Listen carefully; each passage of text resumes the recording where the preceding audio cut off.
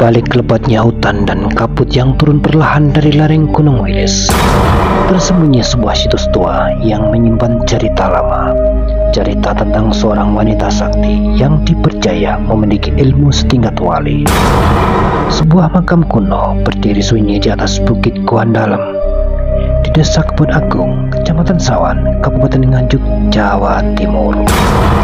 Namanya jarang disebut, tapi jejak spiritualnya masih terasa. Dialah Raden Ayu Kaci Siti Kalima, sosok misterius yang konon mampu menghilang dan berbicara dengan makhluk alam gaib. Dan beliau penyebar agama Islam di daerah Nganjuk dan sekitarnya. Hari ini, channel As-Salameda TV akan menelusuri jejak dan misteri yang menyelimuti makam beliau. Siapakah sebenarnya Raden Ayu Kaci Siti Kalima? Anda akan kami bawa dalam penelusuran mistis. Selamat datang di channel As-Salameda TV.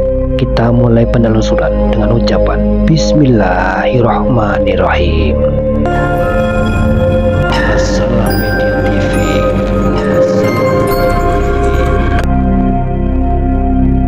Siapa sebenarnya Raden Ayu Kaci Siti Kalima itu? Beliau adalah keturunan ketujuh dari Raden Patah, pendiri kerajaan atau Kesultanan Demak. Dan Raden Ayu Kaci Siti Kalima inilah orang yang pertama kali menginjakkan kaki di sekitar Desa Kebun Agung, yang kemudian berdakwah menyebarkan agama Islam di kota Nganjuk dan sekitarnya. Dalam perjalanannya, Raden Ayu Kaci Siti Kalima ditemani dengan keempat orang sahabat atau cantriknya. Namun sayang, dari keempat cantrik ini hanya dua yang dapat saya himpun, yaitu Ki Lironadi dan Ki Irosono. Raden Ayu Kaci Siti Kalima beserta dengan sahabatnya membangun sebuah padepokan yang bentuknya persis dengan masjid yang berada di hutan dalam atau orang-orang sering menyebut dengan Goa Dalam. Peninggalan kubah masjidnya yang sekarang masih terawat dengan baik dan sampai sekarang berada di Desa Jepoko. Raden Ayu Siti Kalima ini adalah seorang wenasis atau ulama wanita dalam misi perjuangannya. Hingga suatu hari ada utusan dari Warokan Walohombo, seorang pimpinan padepokan desa sebelah, yang datang menemui Raden Ayu Kaci Siti Kalima dengan niat untuk menyuntingnya menjadi istri. Dalam percakapannya, Raden Ayu Kaci Siti Kalima bersedia untuk menjadi istri Warokan dari Walohombo tersebut, tetapi dengan satu syarat. Syaratnya, Warokan tersebut harus dapat menanam biji waloh dari desanya dalam waktu hanya semalam. Harus sudah sampai berbuah dan besar-besar dan merambat sampai di padepokan Raden Ayu Siti Kalima. Dasarnya pimpinan atau Warokan Walohombo ini sudah betul-betul ingin segera memperistri Raden Ayu Siti Kalima, maka syarat tersebut diterimanya.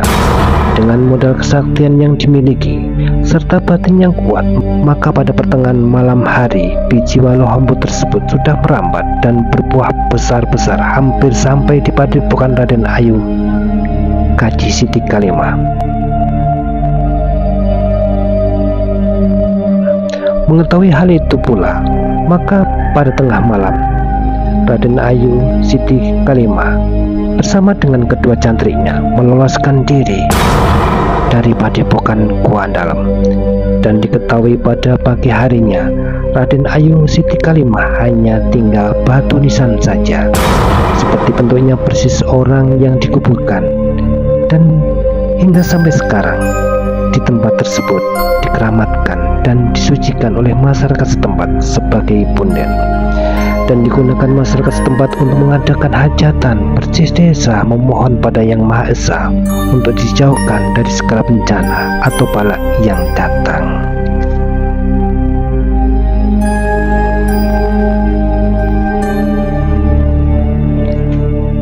Penelusuran ini membawa kita pada jejak seorang perempuan yang tak hanya dikenal dengan kebangsawanannya, tapi juga karena kedalaman ilmunya, keteguhan jiwanya, dan misteri yang menyelimutinya hingga kini. Raden Ayu Kaci Siti Kalima bukan sekedar nama, ia adalah simbol dari perempuan Jawa yang kuat, berilmu, dan memiliki hubungan spiritual yang sangat dekat dengan Sang Pencipta.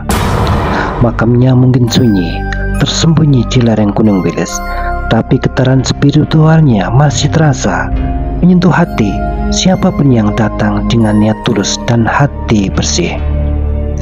Dari balik rimbun pohon dan bisikan angin malam, kita belajar bahwa kemuliaan tak selalu harus dikenang dalam buku sejarah. Kadang ia abadi dalam ingatan warga, dalam doa, dan dalam suasana mistis yang tak bisa dijelaskan oleh logika.